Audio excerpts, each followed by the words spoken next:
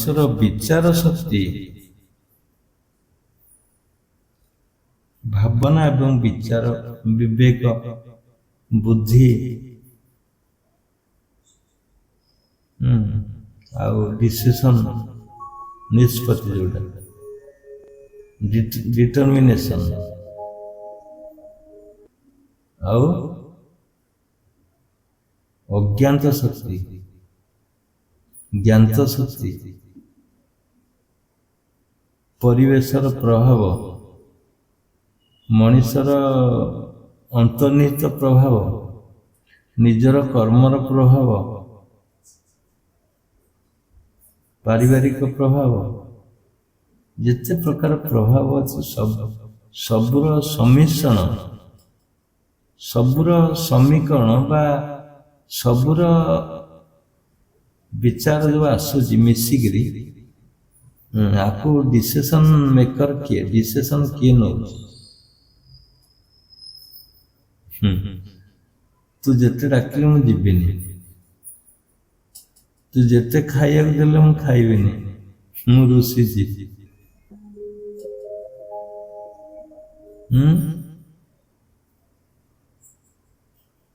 ଯେତେ କହିଲେ ବି ମୁଁ ଶୁଣିବିନି। ये जो डिसिजन किए नଉଛି? ସବୁ ତ ଅଛନ୍ତି ତୁମ ଭିତରେ, ବିଚାର ଅଛି, ବୁଦ୍ଧି ଅଛି, ବିବେକ ଅଛି, ଚିନ୍ତନ ଅଛି, ଭାବନା ଅଛି, କର୍ମର ପ୍ରଭାବ ଅଛି, ସବୁ ଅଛି, କିନ୍ତୁ ଏଇ ଯୋଉ ଡିସିସନ କିଏ ନଉଛି? ଯେ ତୁ ଯେତେ କହିଲେ ମୁଁ ଯିବିନି। ପୁରା ସେଣ୍ଟ୍ରାଲାଇଜ କଥା ମୁଁ କହୁଛି, ସେଣ୍ଟରକୁ ଆସ, ସେଣ୍ଟରକୁ ଆସ। ଏ ତା ଚାରିପାର୍ଶ୍ୱରେ ସମସ୍ତେ ଅଛନ୍ତି, ସବୁ ଘେରିକି। କ୍ରୋଧ ଅଛି, ଲୋଭ ଅଛି, ମୋହ ଅଛି, ଆକର୍ଷଣ ଅଛି, ବିକର୍ଷଣ ଅଛି, ସବୁ ଅଛି, କିନ୍ତୁ ଯିଏ କହୁଛି ମୁଁ ଯେତେ କହିଲେ ମୁଁ ଯିବିନି, ସେ କିଏ? ଏ ସମସ୍ତଙ୍କୁ ଅଲଗା କରିଦିଅ। ଏବେ ବୁଝିପାରୁଥିବ ମୁଁ କଣ କହୁଛି ବା କହିବାକୁ ଚାହୁଁଛି। ସେ କିଏ? ସେ ମୁଁ ବା ନିଜେ। ସେଇ ମୁଁ ଏଠି ପରିଚୟ ହେଲା କି ନାହିଁ? ସେଇ ମୁଁର ପରିଚୟ ମିଳିଲା କି ନାହିଁ? ଯିଏ ମନା କରୁଛି ସେଇ ନିଜେ କହୁଛି ମୁଁ ଯିବିନି। ସବୁର ସିଦ୍ଧାନ୍ତ ନେଲା ପରେ, ସବୁର ବିଚାର ଆସିଲା ପରେ, ସବୁ ବୁଦ୍ଧି ପ୍ରୟୋଗ କଲା ପରେ, ବିବେକ ଅନୁମୋଦିତ ହେଲା ପରେ, କଳ୍ପନା ଜଳ୍ପନା ଯାହା ସବୁ ଅଛି ସବୁ ସେ ଚିନ୍ତନ କରି ମୋହର ମାରୁଛି ଯେ ମୁଁ ଯିବିନି। ପୁରା ଷ୍ଟ୍ରଙ୍ଗ ଡିଟରମିନେସନ କରୁଛି ମୁଁ ଯିବିନି। ସେ ହଉଛି ତୁମେ। ତାମାନେ ତୁମେ ମନ ନୁହେଁ, ତୁମେ ବିଚାର ନୁହେଁ, ତୁମେ ବିବେକ ନୁହେଁ, ତୁମେ ଭାବନା ନୁହଁ, ତୁମେ ବୁଦ୍ଧି ନୁହଁ। କାରଣ ମୋର ଯୋଉଠି ଲାଗୁଛି ସେଟା ତୁମେ ନୁହେଁ। କଣ ନା ମୋ ବୁଦ୍ଧି କାମ କଲାନି, ମୋ ବୁଦ୍ଧି କାମ କଲାନି। ମୋ ବୁଦ୍ଧିଟା ଅଛି କଣ ତୁମଠାରୁ ଡିଫରେନ୍ସ। ମୋ ମନ ଭଲ ନାହିଁ, ତା ଅର୍ଥ ବୁଝିଲେ? ଏଇ ଯୋଉ ଶକ୍ତିଟା, ଯିଏ ସବୁର ନିୟନ୍ତ୍ରକ, ବିଚାର କହୁଛି ମୋ ମନ ଭଲ ନାହିଁ ଆଜି, ତାମାନେ ମନ ତୁମେ ନୁହେଁ। ମୋ ବିବେକ ଅନୁମୋଦନ କଲା, ସେ କହୁନି ଯେ ମୁଁ ବିବେକ ଅନୁମୋଦନ କଲା। ମୁଁ ବିବେକ ଅନୁମୋଦନ କଲା ଭୁଲ ହବ। ମୋ ବିବେକ କହୁନି ତୁମକୁ ଦବା ପାଇଁ, ମୋ ବିବେକ ଅନୁମୋଦନ କରୁନି, ମୋ ବୁଦ୍ଧି କାମ କଲାନି, ମୋ ମନ ଭଲ ନାହିଁ, ମୋ ଶରୀର ଭଲ ନାହିଁ, ମୋ ଆଖିକି ଦେଖାଯାଉନି, ମୋ ହାତ ଚାଲୁନି, ମୋ ପେଟ ପୁରିନି। ଏଇ ଯେ ମୋର ଲାଗୁଛି ସବୁ, ତାମାନେ ତୁମଠାରୁ ଏସବୁ ଅଲଗା।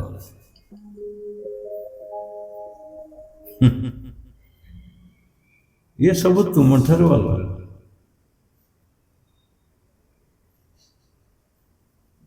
ତେବେ ଏଇ ଯୋଉ ଶକ୍ତିଟାର ଯୋଉ ସନ୍ଧାନ ମିଳିଲା,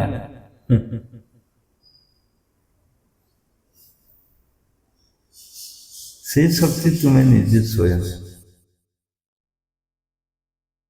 ଯେତେବେଳେ ଖୁବ୍ ଜୋରେ ମନା କରୁଛ ମୁଁ ଏଇଟା କରିବିନି, ତୁମେ ପୁରା ଏକାନ୍ତ ହେଇଯାଉଛ, ତୁମେ ଏକରୂପ ହେଇଯାଉଛ, ସେଠି ସବୁ ଛାଡ଼ିକିରି ଏକରୂପରେ ରହିଯାଉଛ।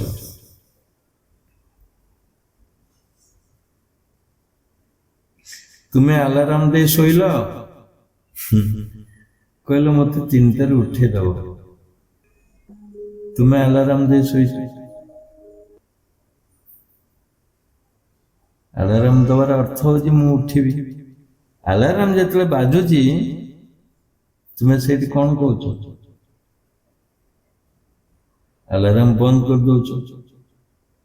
ଆଲାରାମ ବନ୍ଦ କରିଦଉଛ, ହେ ଆଲାରାମ ବନ୍ଦ, ମୁଁ ଉଠି ପାରିବିନି, ମୁଁ ଏବେ ଉଠି ପାରିବିନି। ତୁମେ ଉଠିବା ପାଇଁ ନିର୍ଦ୍ଦେଶ ଦେଲ, ଆଲାରାମ ଦେଲ, ପୁଣି ଆଲାରାମ ଯେତେବେଳେ ବାଜୁଛି ତୁମେ କହୁଛ ମୁଁ ଉଠି ପାରିବିନି, ବନ୍ଦ। ଆଉ ଯାଇକିରି ଧଡ଼କିନା ଆଲାରାମ ବନ୍ଦ କରିଦଉଛ। ସିଏ କିଏ, ଇଏ କିଏ? ସିଏ ତ ଯିଏ ତ ସେଇ କି ନାହିଁ, ଯିଏ ଆଲାରାମ ଦେଲା ସିଏ ତ ବନ୍ଦ କରୁଛି। ତାହେଲେ ଇଏ କିଏ, ସିଏ କିଏ?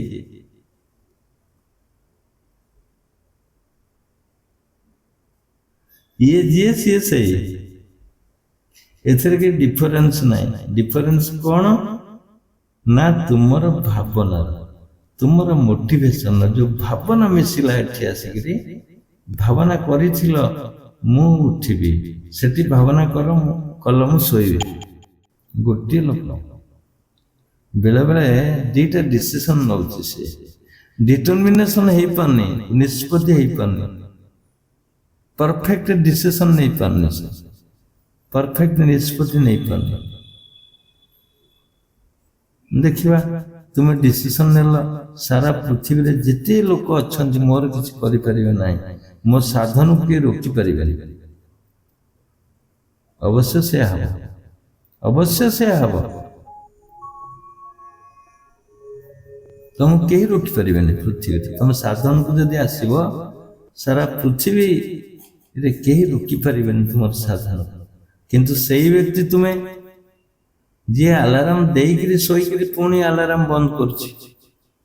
ସେମିତି ତୁମ ଭିତରେ ଡୁଆଲ ଭାବନା ଥିବ ଯଦି, ଯେ ଏବେ କହୁଛ ମତେ କେହି ରୋକିପାରିବେନି, ମୁଁ ସାଧନ କରିବି, ପୁଣି ବି ତା ଭିତରେ କୋଉ ଶକ୍ତି ଅଛି, ତା ଭିତରେ କୋଉ ଭାବନା ମିଶ୍ରିତ ସେଇ ଭାବନା ସହିତ ଅଛି, ସେ ଭାବନା ଲୁଜ ଭାବନା।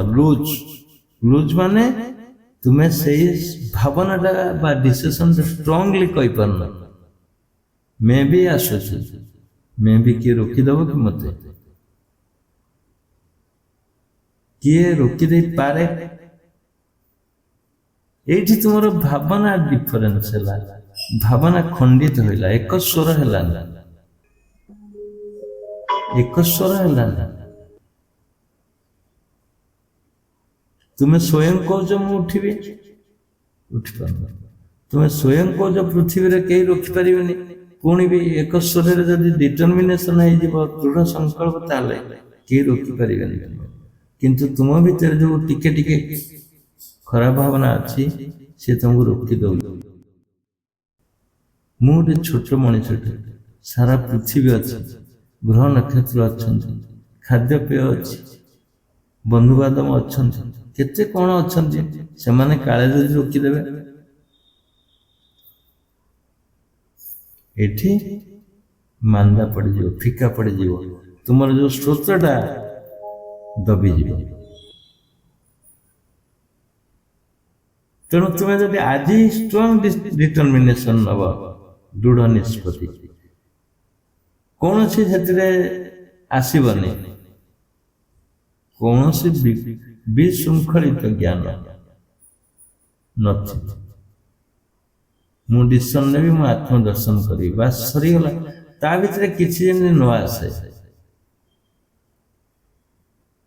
କିଛି ଆସିବନି। ହଁ ନାଇଁ, ଏ ଜନ୍ମରେ ହେଇପାରେ, ନ ହେଇପାରେ, ଚେଷ୍ଟା କରିବା, କିଏ କାଳେ ରୋକିଦେବ, ମୋର ତ ଧନର ଅଭାବ ଅଛି, ସ୍ଥାନର ଅଭାବ ଅଛି, ମନର ଅଭାବ ଅଛି, ବାସ୍ ଫିକା ପଡ଼ିଯିବ। ଯଦି ଆତ୍ମଦର୍ଶନ କରିବାକୁ ଚାହୁଁଛ, ତାହେଲେ ଦୃଢ଼ ନିଷ୍ପତ୍ତି ନୁହେଁ, ସେଇ ନିଷ୍ପତ୍ତିଟା ହିଁ ତୁମକୁ ଦର୍ଶନ କରେଇଦେବ। ନିଷ୍ପତ୍ତି ହିଁ ଦର୍ଶନ କରିବ, ଆଉ କେହି କରେଇବେନି। ଆଉ ସେ ନିଷ୍ପତ୍ତିରେ ଯଦି ହଁ ନାହିଁର ସମ୍ଭାବନା କିନ୍ତୁ ପରନ୍ତୁ ତଥାପି ଯଦି ତେବେ ଅଥବା ଏ ଯଦି ଲାଗିବ, ସେ ଯେଉଁ ଡିଟରମିନେସନଟା, ସେ ସଂକଳ୍ପଟା ଖଇଁଚିଆ ହେଇଯିବ, ପୂର୍ଣ୍ଣ ରୂପ ନବନି। ଏଠି ପୂର୍ଣ୍ଣ ରୂପ ନେଲା ମାନେ ହିଁ ଦର୍ଶନ ହେଇଗଲା, ମନେ ରଖନ୍ତୁ। ଯଦି ତୁମର ପୂର୍ଣ୍ଣ ରୂପର ବାସ୍ନା ଆସିଲା, ପୂର୍ଣ୍ଣତାର ବାସ୍ନା ଆସିଲା, ହଁ ମୁଁ ଦେଖିବି, ହଁ ମୁଁ ଦେଖିବି, ତାହେଲେ ଦେଖି ନେଇଗଲ। ତାହେଲେ ଦେଖି ନେଇଗଲେ ଜାଣନ୍ତୁ, ଦେଖିବାଟା ଅଳ୍ପ ବାଟ। କିନ୍ତୁ ପରନ୍ତୁ ଯଦି ତଥାପି ଅଥବା ଲାଗିଲେ ହବନି, କେବେ ହବନି? ଏ ସ୍ରୋତଟା ମିଶିଲା ସେ ସ୍ରୋତ ସହିତ। ତେଣୁ ଆତ୍ମଜ୍ଞାନ ବା ଆତ୍ମଦର୍ଶନ ହବା ଯେତିକି ସହଜ ଭାବୁଛ, ଆହୁରି ସହଜ ହେଇଯିବ ତୁମର ଭାବନାରେ। ଯଦି ଦୃଢ଼ ନିଷ୍ପତ୍ତି ନେଇଗଲ, ସରିଗଲା। କିଛି ତା ଦେହରେ କିଛି ସ୍ରୋତ ନ ମିଶୁ, ଜାଣିବା ଆତ୍ମଦର୍ଶନ ହେଇଗଲା। ସେ ଗୋଟେ ପୂର୍ଣ୍ଣ ରୂପର କଳେବର ତିଆରି କରିଦେଲା ତୁମ ଭିତରେ, ଛାଞ୍ଚ ବନ୍ଧା ହେଇଗଲା ଆତ୍ମଦର୍ଶନ। ଖାଲି ମାଟି ଚଢିବ, ଦୋମାଟିଆ ଦିଆଯିବ, ରଙ୍ଗ ଦିଆଯିବ, ଆଖି ଫିଟେଇ ଦିଆଯିବ। ଆଖି ଫିଟେଇ ଜୀବନ ଆସ ଦେବେ ତୁମକୁ, ମାନେ ପୁରା ପୂର୍ଣ୍ଣ ରୂପରେ ଆତ୍ମା ରୂପରେ ପ୍ରକଟିତ ହେବ। କେବଳ ଡିସିସନ ନିଅନ୍ତୁ, ସେ ଡିସିସନରେ କିଛି ନ ମିଳେ, ସେତିକି କର। ଆତ୍ମଦର୍ଶନ ଥାଉ ଯେତେ ବାଟ, ସେ ସାଧନ କରିବ, ପ୍ରଣାମ କରିବ, ପ୍ରାଣାୟାମ କରିବ, ଶୁଭନ କରିବ, ଯାହା କରିବ ସେ ତ ପରବର୍ତ୍ତୀ ଘଟଣା। ଆଗେ ଏଇଟା ଡିସିସନ ନେବା ଦରକାର, ମୁଁ ଏଇଟା କି ଏଇଠି ପହଞ୍ଚିବି। ଜାଣିବା ହେଇଗଲା, ଜାଣିବା ହେଇଗଲା, ଆତ୍ମଦର୍ଶନ ଆଉ କିଛି ନାହିଁ ସେଥିରେ। ଦେଖନ୍ତୁ, ଆଜି ଯାଇ ହିସାବ କରି ବସନ୍ତୁ, ଓଳି ତଳେ କି ଘରେ କି ବେଡରୁମରେ କି ଗଛ ମୂଳେ କି ଆମ୍ବ ତୋଟାରେ ଯାଇକି ଭାବନା କରନ୍ତୁ, ମୁଁ ଦେଖିବି କଣ ନେଗେଟିଭ ଭାବନା ସବୁ ଆସୁଛି। ଶାଶୁ ବିରୋଧ କରିବ, ବାପା ବିରୋଧ କରିବେ, ସ୍ୱାମୀ ବିରୋଧ କରିବ, ସ୍ତ୍ରୀ ବିରୋଧ କରିବ, ପୁଅମାନେ ବିରୋଧ କରିବେ। କଣ କଣ ଭାବନା ଆସିବ ତା ଭିତରେ, କଣ କଣ ଭାବନା ଆସିଯିବ।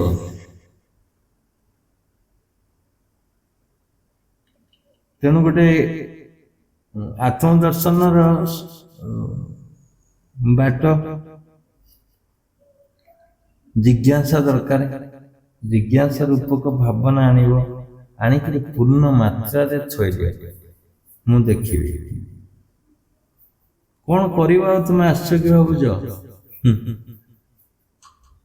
କଣ କରିବ? ଆଳୁ ଚାଷ ସରିଗଲା, ବଗିଚା କାମ ସରିଗଲା, ଧାନ ତ ପ୍ରତ୍ୟେକ ବର୍ଷ ରହୁଛ, ଚାଷ କରୁଛ, ଖାଉଛ, ସେ ସବୁ ଚାଲିଛି କଣ୍ଟିନ୍ୟୁଅସ୍ ପ୍ରୋସେସ୍। ଚାକିରି କରିଥିଲ, ପ୍ରମୋସନ ବି ସରିଯାଇଛି, ଇଣ୍ଡଷ୍ଟ୍ରି କରିଥିଲ ବି ହେଇଯାଇଛି,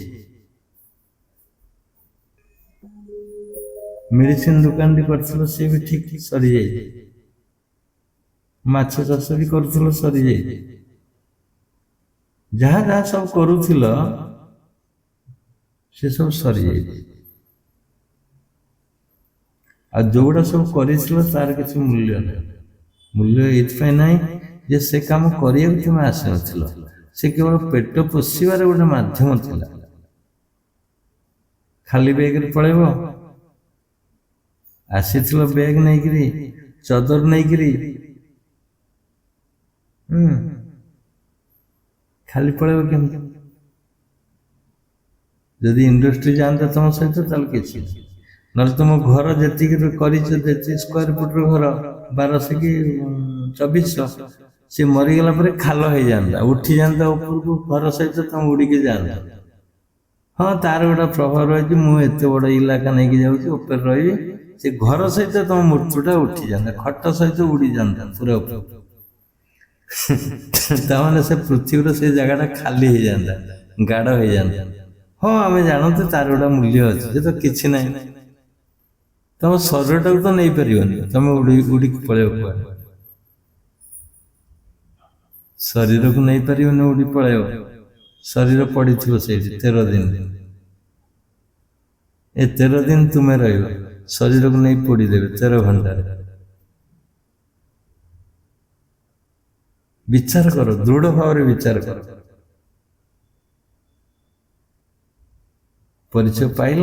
ପରିଚୟ ଯଦି ପାଇଛ ତାହେଲେ କିଛି ଆଏସ୍ ହୁଅନ୍ତୁ, ସେ ବିରାଟ ଗୋଟେ ମନ୍ତ୍ରୀ ହୁଅନ୍ତୁ, କୌଣସି ରାଜା ହୁଅନ୍ତୁ, ସମ୍ରାଟ ହୁଅନ୍ତୁ, ଚକ୍ରବର୍ତ୍ତୀ ରାଜା ହୁଅନ୍ତୁ, କିଛି ମୂଲ୍ୟ ନାହିଁ ସେଥିରେ। ଯେତେ ଚକ୍ରବର୍ତ୍ତୀ ରାଜା ଥିଲେ ସବୁ ସାଧନ କରୁଥିଲେ, ନିଜକୁ ଜାଣୁଥିଲେ।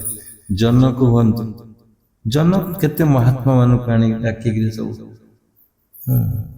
ଶାସ୍ତ୍ରାସ୍ତ୍ର କରୁଥିଲେ, ଧର୍ମଚର୍ଚ୍ଚା କରୁଥିଲେ, ନିଜେ ଧାର୍ମିକ ଥିଲେ, ନିଜେ ସାଧନ କରୁଥିଲେ, ସବୁ କିଛି କରୁଥିଲେ।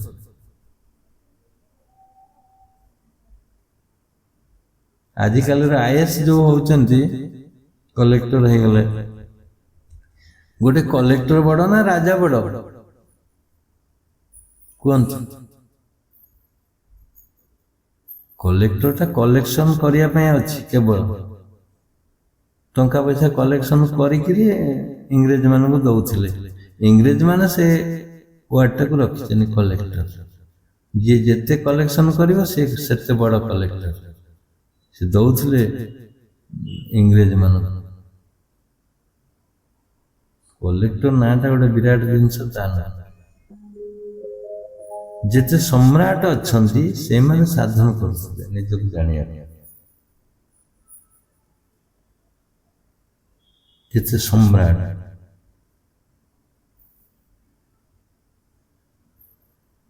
ତେଣୁ ଗୋଟିଏ ସୂତ୍ର ମୁଁ ଆଜି କାଢିଥିଲି ତୁମକୁ ଦେବା ପାଇଁ, ଭଲ ସୂତ୍ରଟିଏ। ଏଇଟା ହଉଛି ଯେ ତୁମର ଡିଟରମିନେସନ। ଯଦି ସେଇ ଡିଟରମିନେସନରେ କିଛି ଖାଦ ରହୁଛି ତାହେଲେ ସେ ଖାଦକୁ କାଟିଦିଅ, ଖୁବ୍ ଶୀଘ୍ର ସମାଧି ହେଇଯିବ। ତୁମେ ଯେମିତି ସକାଳୁ ଉଠିକିରି ଲାଗି ପଡୁଛ ନିଜ କାମରେ, ଆଳୁ ତିଆରି କରୁଛ, ଖୁସେଇ ପକଉଛ, କୋଉଠି ଘାସ ଅଛି ବାଛି ପକଉଛ, କୋଉଠି ପାଣି ଟିକେ ଦେଇ ଦଉଛ, କିଏ ରାସ୍ତା କରେ ଗଲା ହସିକିରି କହିଦଉଛ, କଣ ରାଉତ ବାବୁ ଘରେ ଭଲ ଅଛନ୍ତି? ନିଜ ଘର କଥା ନ ପଚାରି ତାକୁ ପଚାରୁଛ, କଣ ସ୍ୱାଇଁ ସାରେ କେମିତି ଅଛନ୍ତି? ଇଏ ସବୁ ମନଭୁଲା କଥା, ଏ ସବୁ ମନଭୁଲା କଥା, ବୁଝିଲେ? କାହାକୁ ଇଚ୍ଛା ନଥିଲେ ବି ଦେଖି ହସୁଛ। ଏଗୁରା କରୁଛ କି ନାହିଁ? ଆଉ ବାଜେ କଥାରେ ବି ମୁଣ୍ଡ ପୁରଉଛ କାହାର? କିଛି ନଥିବ, ତୁମେ କାହା ପାଖରେ ବସିଗଲ, କହିଲେ ତମ ଝିଅ ତ ବହୁତ ଅସୁବିଧାରେ ଥିଲା, ଶାଶୁ ଘରେ ଆମେ ଶୁଣୁଥିଲୁ ବହୁତ ନିର୍ଯାତନା ପାଉଛି, ତୁମେ ଘରକୁ ନେଇ ଆସୁନ ଝିଅକୁ। ସେ ତମକୁ କିଛି କହୁନଥିବ, ତୁମେ ଯାଇକି ଏଇ କଥା ଆଲୋଚନା କରୁଛ ତା ଉପରେ ପଡିକରି, ଯୋଉଥିରେ କିଛି ମୂଲ୍ୟ ନାହିଁ, ମୂଲ୍ୟହୀନ କଥା। କାହିଁ ସେଇଠି ସେଇ କଥା କହିଲନି ଯେ ବାବା ତୁମେ ତ ଅଛ, ତୁମ ଶରୀର ଅଛି, ତୁମେ ଅଛ, ତୁମ ଶରୀରକୁ କେବେ ଦେଖିଲଣି? ତୁମକୁ କେବେ ପରିଚୟ କଲଣି ତୁମ ସହିତ? ସେଠି ଆତ୍ମଜ୍ଞାନ ହେଇଯାଆନ୍ତା। କିନ୍ତୁ ଆତ୍ମଜ୍ଞାନ ବଦଳରେ ଅନ୍ୟ ଜ୍ଞାନ, ମଜହବୀ ଜ୍ଞାନ, ଝଗଡ଼ା ଝାଟିର ଜ୍ଞାନ ତୁମେ କାହା ସହିତ ଆଲୋଚନା କରୁଛ? ଟିଭି ଖୋଲିଦେଲେ ୱେଦର ରିପୋର୍ଟ ଦେଖୁଛ, କୋଉ ମିନିଷ୍ଟର କଣ କଲା, କେତେ ଖାଇଲା, ଅମକ କଲା, ସେଗୁଡ଼ା ସବୁ ଭିତରକୁ ଆସୁଛି, ତୁମେ ଦେଖୁନ। ତୁମେ ଦେଖିକିରି ଛାଡିଗଲା ଟିଭିରେ ତା ନୁହେଁ, ସେଗୁଡ଼ା ତୁମେ ରିସିଭ କରୁଛ ଭିତରକୁ, ମନେ ରଖୁଛ।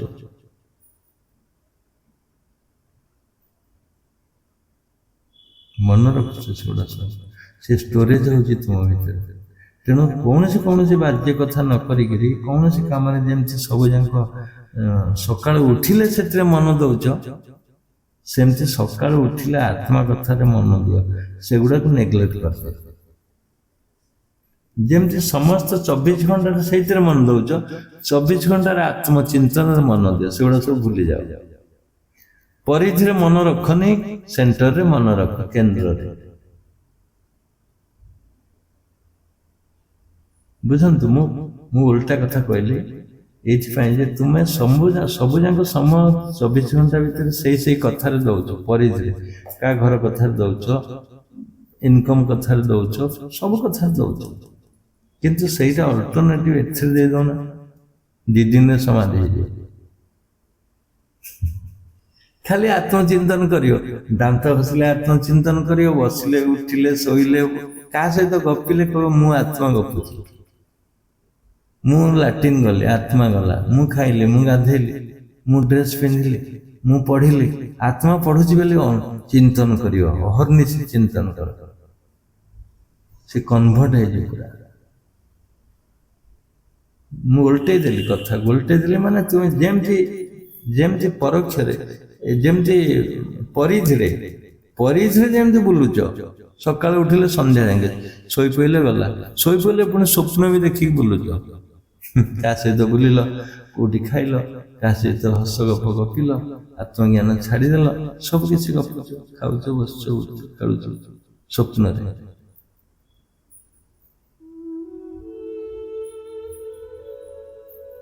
ସ୍ୱପ୍ନରେ ବି ସେଇ ଚିନ୍ତନ ଛାଡୁନ, ସେମିତି ବାଧ୍ୟରେ, ପୁରା ବାଧ୍ୟରେ ଇଣ୍ଟିମେଣ୍ଟ ହେଇକି, ପୁରା ବାଧ୍ୟରେ କରିବ, ଇଣ୍ଟିମେଣ୍ଟ ହେଇକି କରିବ। ହଁ ମୁଁ ଏଇଟା କରିବି, ମୁଁ ସାଙ୍ଗ ହେବି ତା ସହିତ, ମୁଁ ତାରି କଥା ଭାବିବି, କେବଳ ଆତ୍ମାର ଇମାଜିନେସନ ଆଣିବ, ମନ ଭିତରେ ଇମାଜିନେସନ କରିବ, ଆତ୍ମା ମୋ ଭିତରେ ଅଛି, ସେ ଆତ୍ମା ଯେମିତି ହେଇଥିବ, ହଳଦିଆ ହେଇଥିବ, ନୀଳ ହେଇଥିବ, ନାଲି ହେଇଥିବ, ଯାହା ହେଇଥିବ, ତା ରୂପ ଥାଉ ବା ରୂପରେଖ ନାହିଁ, ତା ରୂପ ଥାଉ ବା ନଥାଉ, ଭାବନା କଲ ସକାଳ ସନ୍ଧ୍ୟା। ଯେମିତି ଛୁଟି ନେଇଯାଉଛି ଅଫିସରୁ, ମୁଁ 3 ଦିନ ଛୁଟି ନେଲି, ଇଏଲ୍ ନେଲି କି ସିଏଲ୍ ନେଲି, ସେମିତି ସଂସାର ଚକ୍ରରୁ ଛୁଟି ନେଇ ଆସ। ତମେ ତ ଭାବିଲଣି 60 ବର୍ଷ ହେଲା ନା, 60 ବର୍ଷ ହେଲା ଦାନ୍ତ ଘଷୁଛ କି ନାହିଁ, ସବୁଦିନ ଗାଧଉଛ କି ନାହିଁ, ସବୁଦିନ ଖାଉଛ କି ନାହିଁ, ସବୁଦିନ 3 ଘଣ୍ଟା, 3 ଥର ଖାଉଛ କି ନାହିଁ, ଚିନ୍ତନ କରୁଛ କି ନାହିଁ, ପରିଧିର କଥା ଚିନ୍ତନ କରୁଛ। ଏବେ ଛୁଟି ନେଇ ଆସିବ, ପରିଧିର କଥା ମୁଁ ଆଉ ଚିନ୍ତନ କରିବିନି, ମନେ ମନେ ଛୁଟି ନେଇ ଆସିବ, ସାଙ୍କସନ ହେଇଗଲା, ଗ୍ରାଣ୍ଟ ହେଇଗଲା ଛୁଟି। ତୁମର ଖାଲି କରିବାର ଅଛି, ସକାଳୁ ଉଠିବ, ଷ୍ଟାର୍ଟ କରିବ ଆତ୍ମଚିନ୍ତନ, ଯୋଉଠି ବସିଲ ଆତ୍ମଚିନ୍ତନ କରିବ, ଶୋଇଲେ ଆତ୍ମଚିନ୍ତନ କରିବ, କାହା ସହିତ ଯଦି କେହି କୁଣିଆ ଆସିଲା ଆଉ ଉଠେଇକି ପଳେଇବ ନାହିଁ, ତ ଯଦି ବସିଲ ତା ସହିତ ତୁମେ ନିଜେ ନିଜେ ଭାବୁଥିବ ବସିକିରି, ସିଏ କଣ କହୁଥିବ ବେଳେ ବେଳେ ଶୁଣିବନି, ସେ ତ ଆସିଲେ କହିବ ନା ସମୁଦ୍ରିଣୀ କଣ କରୁଛ, ସିଏ ଆସି କହିବ ସମୁଦ୍ରିଣୀ କଣ କରୁଛ, ତୁମେ ଶୁଣିବ, ତୁମେ ଜାଣିଛ ମୁଁ ତାର ସମୁଦ୍ରୀ, ସେ ଗପୁଥାଉ।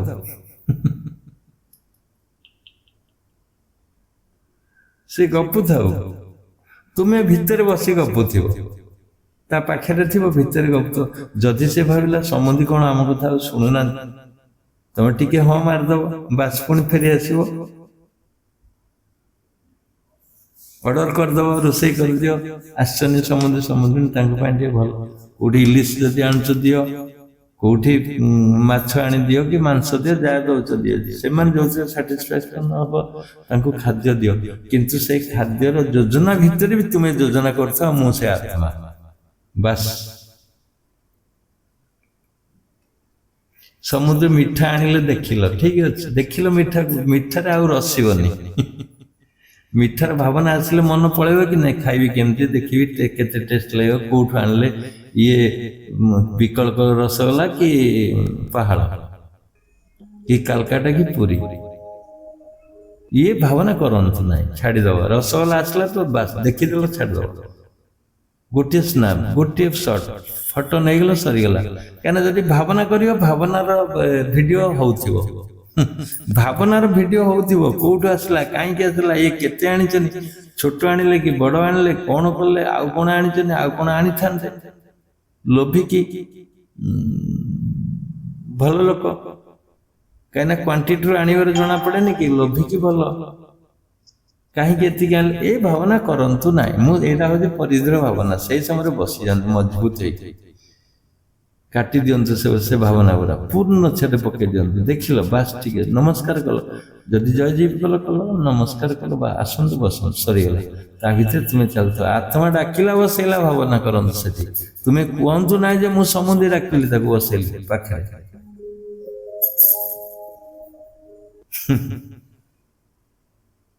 କେତେ ମଜାଦାର କଥା କେବେ ପ୍ରାକ୍ଟିକାଲ କରନ୍ତୁ ତ ଦେଖିଦିନେ 3 ଦିନ ଛୁଟି ଆଣିକିରି ପରିଧିରୁ ट्रायल कर गोटे दिन ट्राए कर देखियो केते मजा लगियो तुमको तापर अभ्यास है कारण तुम तो अस्त व्यस्त हो ना सकाल लिस्ट दे दौची मन मन चिठा धरे दौचे सकाल उठला पर अरे अरे तू तो एठी जीव आज तमें सेठिक जीवार भावना देखी देखी भावना करदेल केमती जीवी कोठी जीवी से चित्र इत्यादि इत्यादि भावना मजिगल तापर देदेल डाली ना चाउल ना किणिया पड़ो मन कल को दुकान को जी केमती आने तापर कहला पिला को ट्यूशन नहीं जीवी काली परीक्षा अच्छी गला भावना रे बुड़ी गल तापर स्त्री ऑर्डर देला टिफिन कर टिफिन तैयारी करदेला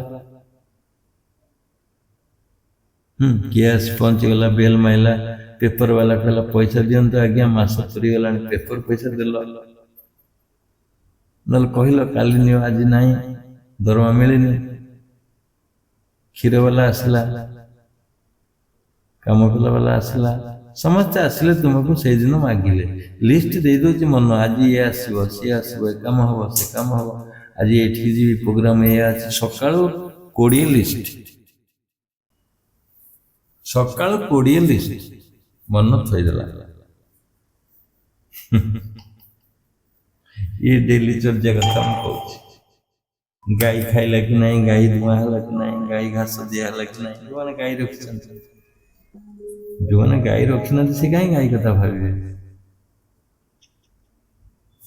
जी बस खंड कर सकाल उठिले धोइब नलका लगे धोईदेव बस आग काच चकचक हो ना किए धोइला कि नहीं क्लीनर जाए देखियो मालिक तू परिष्कार करछु नहीं न ते काढ़ीदेवी दरमा दौची सब किछ करछु कंडक्टर को जगिब केते पैसा नौची कौन करछु ताकू भी सुरा माने सुविधा है करिबा घर खंडे तैयारी करछो केबे पूर्णांग हबो इटा आनी थोचो रड थोचो सीमेंट थोचो पैसा संग्रह करछो मिस्त्री की डाकुछो कॉन्ट्रैक्टर को डाकुछो रोड बाइडिंग देखुछो घर भितर भावना करछो घर होची तोळुछो घर हेइनी तुम भावना करछो कोट पोटिक करबी केमती रंग देबी कोन करबी एठी सोइबी सेठी काम करबी सम करी मजादार लागियो बहुत दिन हला चाला घर रहिछि पवन जोर देले चाला उड़े नहीं जाउछि आ ये घर खंड करदेले तुम निरापद रही कि ता भितर भावना होची जदि भूमिकंप हला कोन करिवे कोठा तो सही पड़िबे ये भावना भी आस कोटा निरापद नुहे ये 800 स्केल जो थरुची पृथ्वी पृथ्वी थरुची टिके बेसी थरी गले रेटर स्केल गली पड़ो तुम कोठार तुम्हें 4 तला बैठ 4 तला आसी तले मजबूत मरजी बर चाला घरे बंचीज टीण घरे बंचीज जो मैंने कोठा करते भावना ता सहित आसब कि नहीं चाला घरे थी ठीक थी बुझला तेणु ये जो भावना सब आसूची परिधि भावना को पूरा पूर्णच्छेद पके पूर्ण मात्रा बसी जाओ पूर्ण मात्रा बसी जाओ जे मो आत्मा ये पृथ्वी थिले केते नथिले केते मोर किछ नै मो आत्मा मो सकल शक्तिर आधार मोठू सब सृष्टि जदि भावना आसव एनालाइज कर मन भितर सत्संग कर मन को पचार बुझ आत्मा कथा आलोचना कर भितर सी भी सत्संग है। जय आत्मदेव की जय। तेरा मेरा स्वप्न में एक ही रंग है। आत्मार जो रंग अच्छी तुम्हें से रंग रंगायित हो तो स्वप्न जा मो स्वप्न से तेरा मेरा स्वप्न में एक ही रंग है गोटे रंग फरक नहीं। तू सत्ययुक्त मु सत्ययुक्त तू अहिंसा युक्त मु अहिंसा युक्त तू अस्त्ययुक्त मु अस्त्ययुक्त तू सच्चिदानंद स्वरूप मु भी सच्चिदानंद स्वरूप। तुम्हें कहबनी मु दुखितानंद स्वरूप कहबनी से तुम्हें कह सचित आनंद स्वरूप। तुम्हें से कहबनी असत्य दुख स्वरूप मु बुझले बुझंतु मो कथा गुटी परिधि भावना न करी बसीज समुद्री पाखे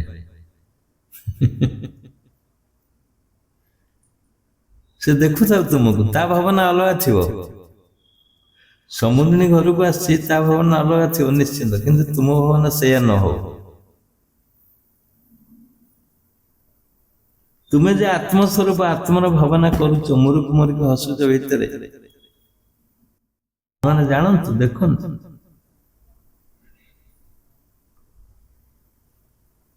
तेणु 3 दिनिया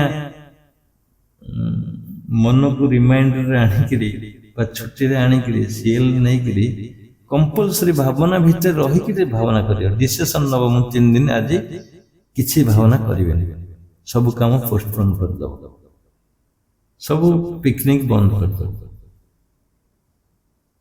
सब प्रोग्राम रद्द करद सुविधा देखी गोटे सुजोग आण देख गोटे ट्रायल बेस केमती हो ट्रायल बेस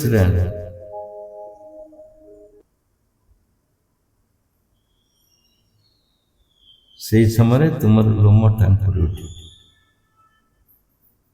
तुम आखि गुड़ सचेज लगे केवल भावना कर नहीं गला आत्मा भावना चिंतन टा तुमको गोटे माने सांगे सांगे गोटे परिवर्तन शरीर परिवर्तन स्वर सृष्टि हो तुम देख अनुभव कर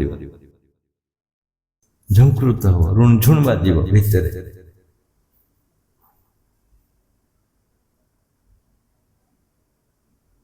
कहार घर पड़ जाऊँ तुम्हें देखुच आत्मचिंतन कर किसी जीवा दरकार नहीं से फेरी आसल तुम्हें भीतर सब नहीं कि जाऊँ जड़े हरिनाम सत्य है राम नाम सत्य है कहीकि जाऊँ राम नाम सत्य शुणुच ठीक है शुणिल शुणिक पुणी भीतर को आस एठी राम नाम नहीं सेठी राम नाम अच्छे एठी नहीं तुम भीतर नहीं आत्मा केवे अजन्मा आत्मा केवे मरण नहीं एटा भाभी नहीं जीव सब को देख लो भाविल ठीक अच्छे सब चल से लोक मरीगला किंतु तुम भीतर जो जीव अच्छे तुम भीतर जो शिव अच्छे सी तो अजन्मा जन्म नहीं मरण नहीं गर्भ आसो तुम भीतर भावना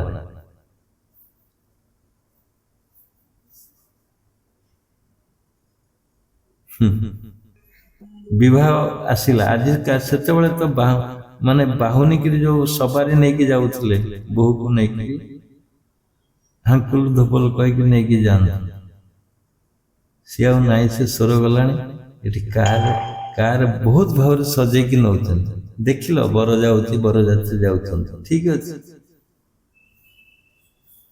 जोड़ी महुरी बाजुची शंख बाजुची सब कुछ हो देख लो इफेक्ट न हो तुम भीतर न आसो से सिचुएशन तुम भीतर सिचुएशन से भाव मु तो आत्मस्वरूप कारण जदि से भावना कर तुम्हें जड़ित हो मुझे बह बंदी मुझे जानती से पड़ेल तुम्हें से भावना न हो तुम्हें चिरंतन भावना भीतर बुड़ी रही समय से 3 दिन कथा परिधि फेरी आसे ଆତ୍ମାର ଚିନ୍ତନ କର। ସେଇ କ୍ଷଣି ସେଇ ମୁହୂର୍ତ୍ତରେ ପ୍ରଫୁଲ୍ଲିତ ହେବ ତୁମ ଶରୀର, ବିକଶିତ ହେବ ଲାଇଟ୍, ଆନନ୍ଦର ସ୍ରୋତ ବହିବ, ଚାରିଆଡ଼କୁ ବହିଯିବ। ଦେଖିବ ସେଇ 3 ଦିନ ଭିତରେ ନା କାହାର କିଛି କ୍ଷତି ହେବ, ନା ତୁମ ପରିବାରରେ କାହାର କ୍ଷତି ହେବ, ନା ତୁମର କ୍ଷତି ହେବ। ଯାହାର ସମ୍ପର୍କ ଯୋଡ଼ିଥିବ ତ ପୃଥିବୀ ତାର କ୍ଷତି ହେବ, ବରଂ ଶତ୍ରୁ ବିନାଶ ହବ। ଶତ୍ରୁ ନାଶ ହେଇଯିବ ତୁମେ ଏ କ୍ଷେତ୍ରରେ ରହିଲେ। କେଡ଼େ ମଜାଦାର କଥା ଶୁଣନ୍ତୁ ଏଗୁଡ଼ା ସବୁ। ଟ୍ରାଏ କରନ୍ତୁ, ଯେତେ ସମ୍ଭବ ହଉଛି, ଯେତିକି ପେଡ଼ି ପୁଟରା ବାନ୍ଧିକି ସବୁଦିନ ସକାଳୁ ଉଠି କାମ କରୁଛ ପରିଧି ପାଇଁ, ସେ ନିଜ ପାଇଁ କର। ଏବେ ତ ଆଉ କେହି ପକଉନାହାନ୍ତି ଗୋବର ପାଣି। ଯଦି କିଏ ମା ମାନେ ପକଉଛନ୍ତି, ଭାବନା କରନ୍ତୁ ମୁଁ ଗୋବର ପାଣି ପକଉଛି ପବିତ୍ର, ତା ଭିତରେ ଆତ୍ମା ପକଉଛି, ମୁଁ ଆତ୍ମା, ମୁଁ ଉଠିଲି, ମୁଁ ପକେଇଲି, ପବିତ୍ର। ଦେଖିବ ଜୀବାଣୁ ରହିବନି। ଗୋବର ପାଣି ପକେଇବା, ଝାଡୁ ମାରିବା, ଏତିକି କାମ କରିଦେଲେ ସକାଳେ ତମକୁ ଫ୍ରି ଲାଗିଲା।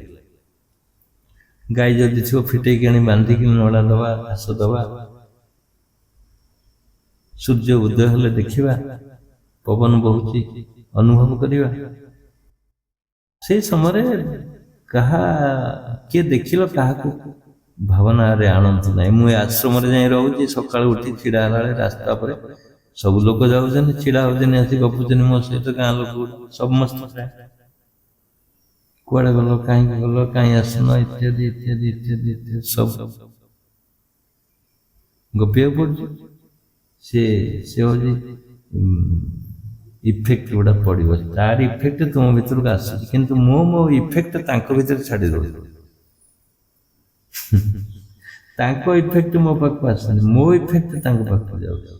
ମୁଁ ଚେଷ୍ଟା କରୁଛି ତାଙ୍କ ଭିତରେ ପୁରେଇବା ପାଇଁ, ତା ମାନସିକ ସ୍ଥିତି ସବୁ ବଦଳେଇବା ପାଇଁ। ଠିକ ଆଶ୍ରମର ଜଷ୍ଟ ବିଲରୁ ଉପରକୁ ଉଠି ଆସିବା ରାସ୍ତାରେ ପ୍ରାୟ ସବୁ ସେଇ ବାଟେ ସମସ୍ତେ ଯିବେ ଆସିବେ। ସେଇ ବାଟେ ଚେନ୍ନାଇ ଯିବେ, ସେଇ ବାଟେ କାଲକାଟା ଯିବେ, ସେଇ ବାଟେ କଟକ ଯିବେ, ସେଇ ବାଟେ ପୁରୀ ଯିବେ, ସେଇ ବାଟେ ଏରୋଡ୍ରମ ଫିଲ୍ଡ ଯିବେ, ସମସ୍ତେ ସେଇ ବାଟେ ଯିବେ। ତେଣୁ ଆମ ଆଶ୍ରମ ଦେଇକି ଯିବେ। ଲକ୍ଷ୍ମୀ ବସ୍ ସେଇ ବାଟେ ଯାଉଛି, ଡ୍ରିମ୍ସ ସେଇ ବାଟେ ଯାଉଛି, ବସ୍ ଗୁଡ଼ା। ତୁମେ ଯେତେ ସମ୍ଭବ ପ୍ରଯତ୍ନ କର ଆତ୍ମା ଅଭିମୁଖୀ ହେବା ପାଇଁ,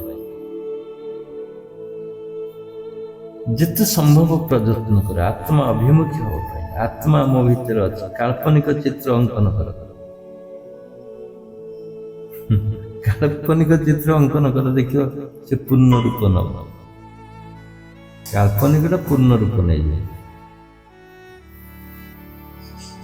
କେବେଠୁ ହେଇସାରନ୍ତାଣି ତୁମେ ଆତ୍ମା, କେବେଠୁ ସମାଧି ହେଇସାରନ୍ତାଣି ତୁମର। ତୁମେ ପ୍ରଯତ୍ନ କରୁନ, ଆଳସ୍ୟ ଆସୁଛି। ଯିଏ ବେଲ୍ ଦଉଛି, ଆଲାରାମ ଦଉଛି, ସେଇ ଆଳସ୍ୟ ସେଥିରେ ମିଶିଗଲା। କୋଉଠି? ତା ଭାବନା ସହିତ ଆଳସ୍ୟ ଯୁକ୍ତ ହେବାରୁ ସେ କହୁଛି ବେଲ୍ ବନ୍ଦ କର। ହେ କିଏ ଉଠୁଛି, କିଏ ବେଲ୍ ଦେଇଥିଲ? ତୁମେ ଦେଇଥିଲ। ତୁମେ କହୁଛ କିଏ ଉଠୁଛି, ଶୀତ ଦିନ ନାହିଁ,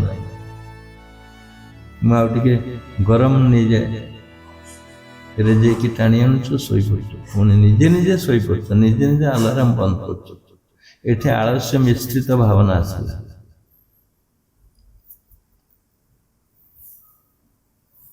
ତେଣୁ ବିଚାର ଯୋଉ ପ୍ରସଙ୍ଗଟା ଆମେ ଆଣିଥିଲେ ମଝିରେ ଥରେ, ବିଚାର ସାରିଲେଣି କି ନାହିଁ?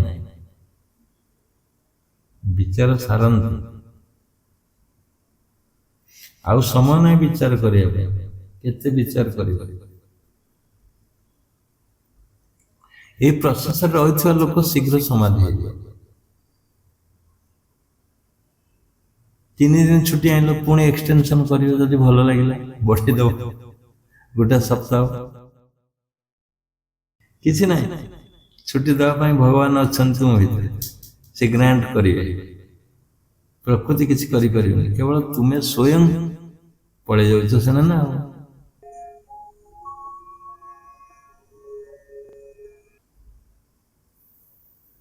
ଘରେ ଯୋଉ ଆଇଟମ ହେଇଥିବ ସେଦିନ ଦେଖିବ ଆଇଟମ୍ ଯାହା ହେଇଛି ଶାନ୍ତିରେ ଖାଇବ, ନା ଝଗଡ଼ା ଝାଟି ନା କିଛି କରିବ।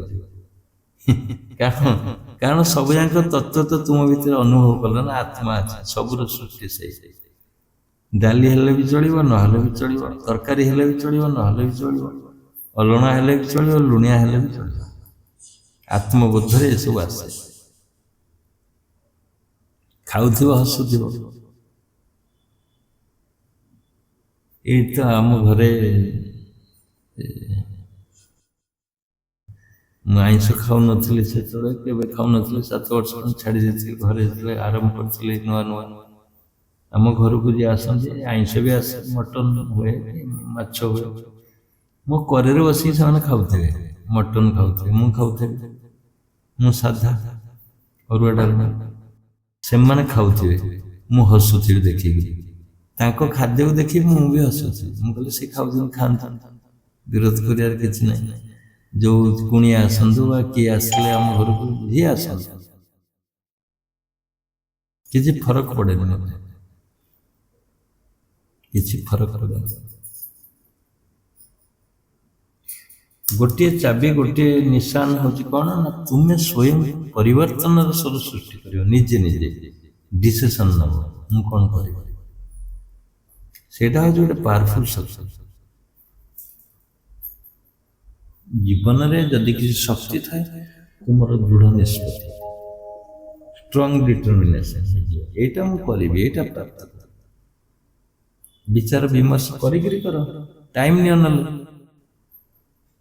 କିଛି ଅସୁବିଧା ନାହିଁ।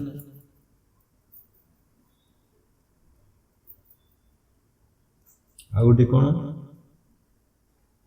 ନା, ପୂର୍ବଜନ୍ମର ଯଦି ପ୍ରଭାବ ଥିବ, ପୂର୍ବଜନ୍ମର ଯଦି ବାସ୍ନା ଥିବ, ସେଇଭଳି କର୍ମ କରିଥିବ, ସେଇଟା ତୁମକୁ ବେଶୀ ଏ ଜନ୍ମରେ ତ୍ୱରାନ୍ୱିତ କରିବ ଆତ୍ମା ଆଡ଼କୁ ଯିବା ପାଇଁ। ନହେଲେ ଟିକେ କଷ୍ଟ ହବ, ଏଇଆ ଥାଉ। ଯେ ପୁଣି ସତ୍ସଙ୍ଗ ବସେ, ଯାହାର ପୂର୍ବ ଭାଗ୍ୟ ଦିଶେ, ସେ ପୁଣି ସତ୍ସଙ୍ଗ ବସେ। ଯାହାର ପୂର୍ବ ଭାଗ୍ୟ ନାହିଁ, ସିଏ ସତ୍ସଙ୍ଗରେ ବସି ପାରିବନି। ତୁମମାନେ ଏଠି ବସିଛ, 60 ଜଣ ବର୍ତ୍ତମାନ ଅଛନ୍ତି, 62 63 ଜଣ ଅଛନ୍ତି। ତୁମେ ଭାବୁଛ ତୁମେ କଣ ବହୁତ ସମୟ ମାନେ କୁଆଡେ ଯାଇଥାନ୍ତ, ନଷ୍ଟ କରି ଏଠି ବସିଗଲ କି? ଇଏ ବହୁ ଜନ୍ମର ପୁଣ୍ୟ ଫଳ, ବହୁ ଜନ୍ମର ପୁଣ୍ୟ ଫଳ ଦେଲେ ତୁମକୁ ବସେଇବ ସତ୍ସଙ୍ଗରେ, ପୁଣି ନିରୋଳା ଆତ୍ମଜ୍ଞାନ କଥା ଶୁଣିବା ପାଇଁ। ଏଥିରେ କିଛି ନାହିଁ, ଏ ସତ୍ସଙ୍ଗରେ କିଛି ନାହିଁ, କେବଳ ଆତ୍ମଜ୍ଞାନ କଥା ଆମେ ଆଲୋଚନା କରୁଛେ। ନା ପଲିଟିକ୍ସରେ ଆଲୋଚନା କରୁଛେ, ନା ଧାର୍ମିକ ବିଚ୍ଛେଦ ଆଲୋଚନା କରୁଛେ, ନା ଜାତି ପରମ୍ପରା, ନା ଧର୍ମ, ନା ପୁରାଣ, ନା ପୋଥି, ନା କଣ, କିଛି ନାହିଁ, କେବଳ ଶୁଦ୍ଧ ଆତ୍ମଜ୍ଞାନ। ଶୁଦ୍ଧ ଆତ୍ମଜ୍ଞାନ। ଜଣେ ମତେ କହିଲେ, ଏଇ କେଇ ଦିନ ତଳେ କହୁଥିଲେ ଯେ କହିଲେ ଆପଣ ଏଗୁଡ଼ା କେବେଠୁ କଲେଣି, ଏବେ କାହିଁ ଛାଡ଼ିଲେ, ଏବେ ୟୁଟ୍ୟୁବରେ କାହିଁ ଛାଡୁଛନ୍ତି, ଆଗରୁ ଛାଡ଼ିଲେନି। ଆଗରୁ ଛାଡ଼ିଥିଲେ ଆମେ କେତେ ଆଗରୁ ଏଗୁଡ଼ା ଜାଣିଥାନ୍ତୁ। ଆପଣ କହୁଛନ୍ତି 18 ମସିହାରୁ ଏଇଟା କଲେଣି, ଆପଣ ଏବେ ଛାଡୁଛନ୍ତି।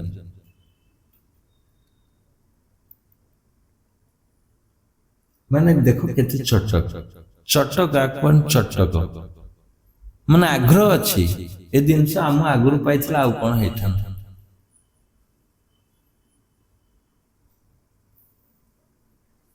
ତେବେ এই ପ୍ରସଙ୍ଗକୁ ଏଇଠି ସମାପ୍ତ କରିବା। ଶେଷରେ ଏତିକି କହିବି ଯେ ତୁମେ 3 ଦିନ ଛୁଟି ଆଣ, ପରିଧିରୁ ଛୁଟି ଆଣିକିରି କେନ୍ଦ୍ରରେ ରୁହ। କେନ୍ଦ୍ରରେ ଯିଏ ଅଛନ୍ତି ତାଙ୍କ ସହିତ ମିଶ, କେନ୍ଦ୍ରାଭିମୁଖୀ ହୁଅ। ପ୍ରତି ମୁହୂର୍ତ୍ତରେ ଚେଷ୍ଟା କର ମୋ ଆତ୍ମା କହିବା ପାଇଁ, ଭାବନା ଭିତରେ ବୁଡ଼ି ଯାଅ, ବାସ୍ ଏତିକି। ଖୁବ୍ ଶୀଘ୍ର ସମାଧି ହେଇଯିବ। ହଉ, କିଏ କୁହନ୍ତୁ, ମତାମତ ରଖନ୍ତୁ, ଯଦି କିଏ କଣ କହିବେ। ମୁଁ ତ କ'ଣ କହୁ କହୁ ଇଆଡ଼କୁ କହିଲି ବହି ସମାପ୍ତ ଠିକ୍ ଲାଗିଲାନି। ବହି ପଢ଼ିବାର ଗୋଟେ ଚାର୍ମ ଥାଏ, ବହୁତ ଦିନରୁ କଟିଗଲାନି ବହି ପଢ଼ିବା, ହୁଏତ ସେଥିପାଇଁ ଠିକ୍ ଲାଗିଲାନି। ପଢ଼ିବା ପୁଣି ଚେଷ୍ଟା କରିବା। କିଏ କୁହନ୍ତୁ କ'ଣ ମତାମତ ଯଦି କହିବେ। ଗୁରୁଜୀ ଜୟଜୀ। ହଁ ଜୟ ଜୟ। ଆଉ ଆଜିର ବହୁତ ପ୍ରଭାବଶାଳୀ ସତ୍ସଙ୍ଗ, ଏଟା ତ ମୁଁ ପ୍ରବଚନ କହିବିନି ନା, ଏଟା ସତ୍ସଙ୍ଗ, ବହୁତ ପ୍ରଭାବଶାଳୀ ସତ୍ସଙ୍ଗ। କାରଣ ଗୋଟେ ୟା ପୂର୍ବରୁ ଆସିଥିଲା ଆମର ବିଚାର ଛକ, ସେ ବିଚାର ଛକ ସହିତ ଆର ମଧ୍ୟ ଲିଙ୍କ ଅଛି। କାହିଁକି ନା ଆତ୍ମସ୍ଥ ହେବା ପାଇଁ ବା ଯୋଗସ୍ଥ ହେବା ପାଇଁ ବା ଆତ୍ମ ପାଖକୁ ଯିବା ପାଇଁ ବା ସମାଧିସ୍ଥ ହେବା ପାଇଁ ପ୍ରଥମେ ମଣିଷର ଭାବନା ଦରକାର। ଗୁରୁଜୀ ଯୋଉଟା କହିଲେ ଅନେକ ଗୁଡା ଆମର ପ୍ରତିବନ୍ଧକ ରହିଛି।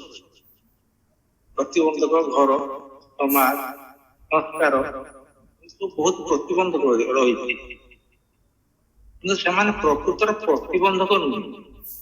କାହିଁକିନା ଆମେ ତାକୁ ଭାବିଛୁ ପ୍ରତିବନ୍ଧକ ବୋଲିକି, ସେମାନେ ଆମ ପାଇଁ ପ୍ରତିବନ୍ଧକ ଆଗରେ ଛିଡା ହଉଛନ୍ତି ପ୍ରତିବନ୍ଧକ ଭାବରେ।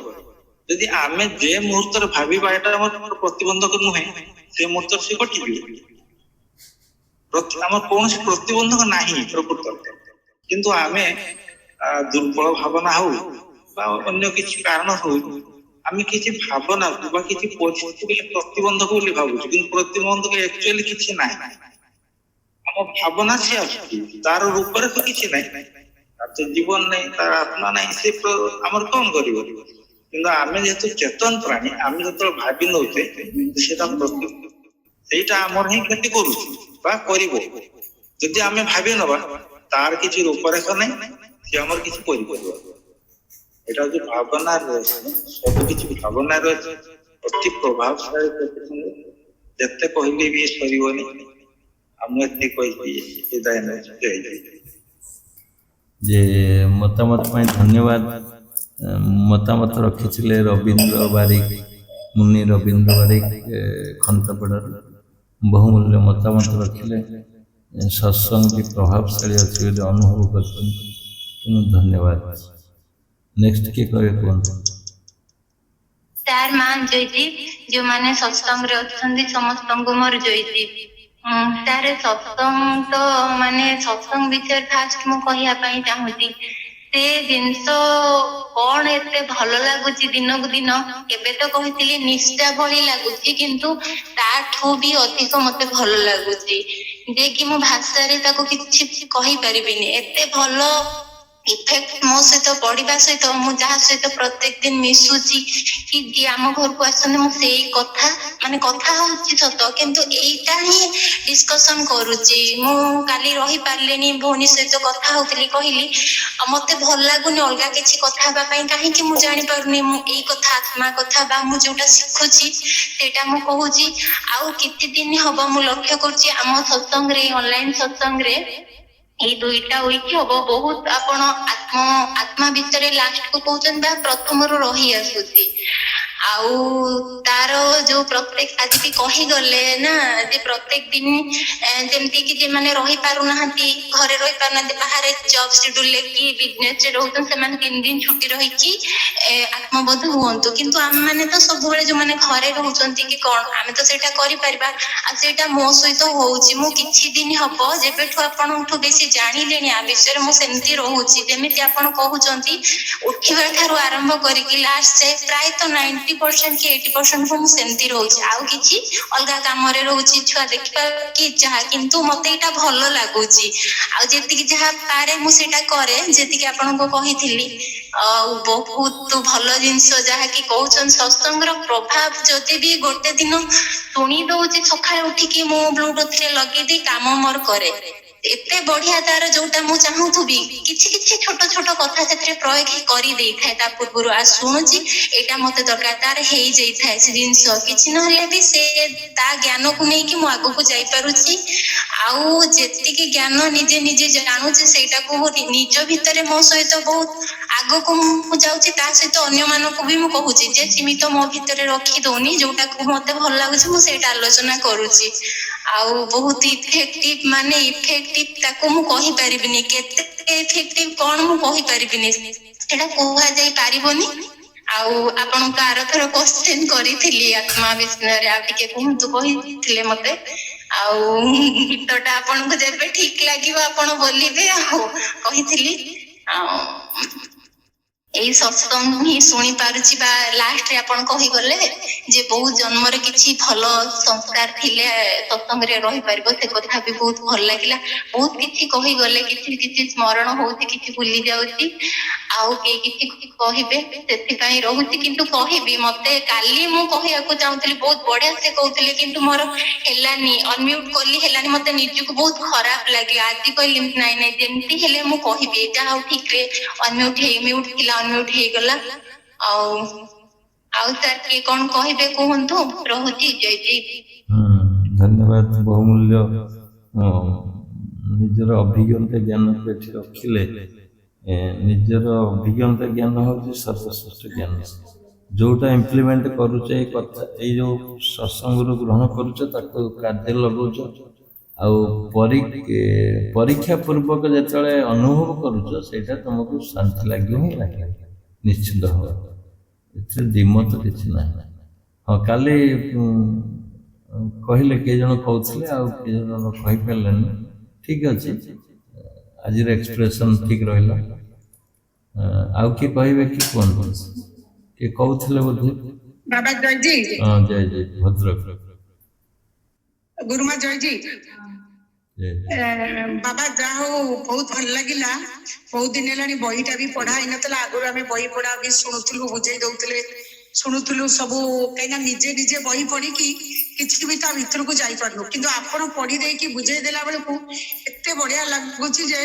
कहबार कथा नहीं कोन बा ता विषय आ वर्णना करियो बहुत भल लगुची ए आत्मा आड़को जीवा केमिति आत्मा विमुखे हवा केमिति आत्मा दिग को जीवा केमिति आत्मा को कही कि सब काम रे आगेबा एटा प्रकृत रे सत्य निज भितरे मु सेटा को भी देखुची मु मोर आत्म देवता को डाकी करी कि बा जणै कि कोनटा मु करि पारछि मु बाहरे परिवार रे का सहित शेयर न कली भी किए मो कथा को मानिबे न मानिबे आजिकल तो जे जा मन रे केते कोन रहउची किछि नले नाही मु मो हस्बैंड को संगरे शेयर करे से भी जानती केतबेले सुनिले जो दिन आमे दिन 3टा 4टा हे गला खाइबा को गुरु मांकर ए अवस्था देखि सी भी मते व्यस्त करिले अरे गुरु मांक कथा कोन हैला बुझिला बुझिला मु कहली किछि नाही बाबा अछंती से संभाली देबे बहुत भल लागुची सेमती बही पढ़ा भी बंद हे गला बही पढ़ी की कहिले बुझेई देले आउरी माने एबडा होची सब ता ऊपर को जीवार रास्ता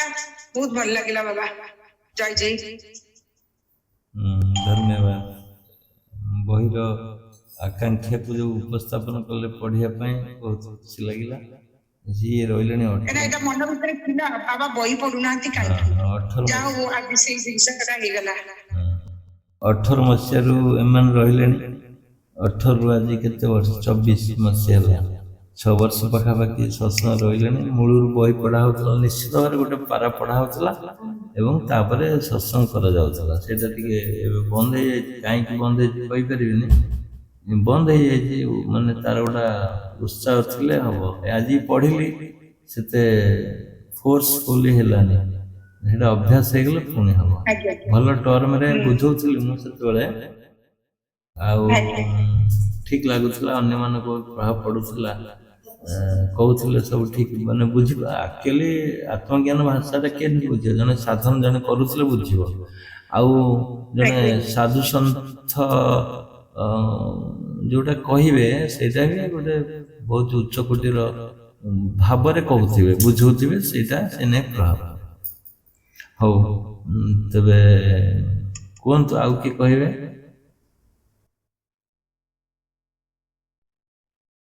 गुरुजी प्रणाम हां प्रणाम ଭଦ୍ରକ ବାସୁଦେବପୁର ସୁମତି କହୁଥିଲେ। ହଁ କୁହ। ଗୁରୁମାଙ୍କୁ ପ୍ରଣାମ। ଆମେ ସମସ୍ତେ ବସିକି ସବୁ ଶୁଣୁଛୁ, ବହୁତ ଭଲ ଲାଗୁଛି। ଆଉ ନୂଆ ନୂଆ କି ଯୋଡି ହେଇଛନ୍ତି ଆମ ପରିବାରର, ସେମାନେ ବସି ଶୁଣୁଛନ୍ତି। ଆଉ ପ୍ରତି ମୁହୂର୍ତ୍ତର ଆମ ପରିବାର ଭିତରେ କୌଣସି ବି ଆଲୋଚନା ଆଉ ଏତେଟା ବାହାର ହଉନି। ପିଲାମାନେ ହଉ ଆମେ ହଉ, ବା ଏଇଆ କହିଲେ, ମା ଏଇଆ କହିଲେ, ମା ସେଇଆ କହିଲେ, ଏଇଟାକୁ ଏଇଟା ହେଲା, ସେଇଟାକୁ ସେଇଟା ହେଲା, ଏମିତି ଆମର ଗୋଟେ ଆଲୋଚିତ ହଉଛି। ଯାହା ହଉ ସତ୍ସଙ୍ଗର ପ୍ରଭାବ ପଡୁଛି, ନ ପଡିଥିଲେ ଏଟା କେବେ ସମ୍ଭବ ହେଇନଥାନ୍ତା। ଆମେ ଯାହା ବି କଥା ହଉଛୁ କି ଇଏ କରୁଛୁ, ଏଇଟା ହଉଛି ସତ୍ସଙ୍ଗ ମାଧ୍ୟମର ଏଟା ପ୍ରେରଣ ହଉଛି ବୋଲି ଆମେ ଆଲୋଚିତ କରୁଛୁ।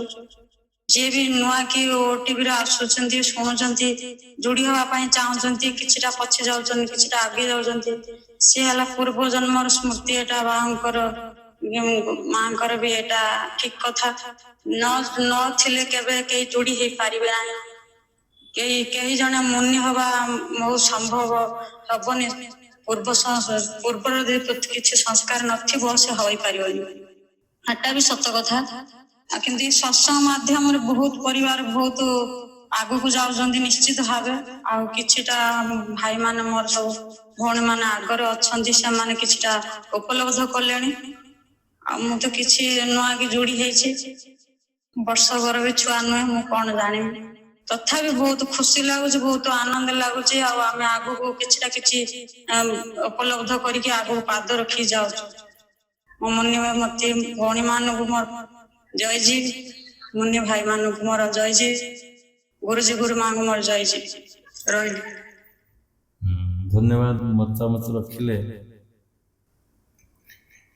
ନିଜର ପରିବାରର ପରିବର୍ତ୍ତନର ଭାବ ଏଠି ପ୍ରକାଶ କଲେ। କେମିତି ସତ୍ସଙ୍ଗ ମାଧ୍ୟମରେ ପରିବର୍ତ୍ତନ ହେଉଛି ପରିବାର, କେମିତି ଗୋଟେ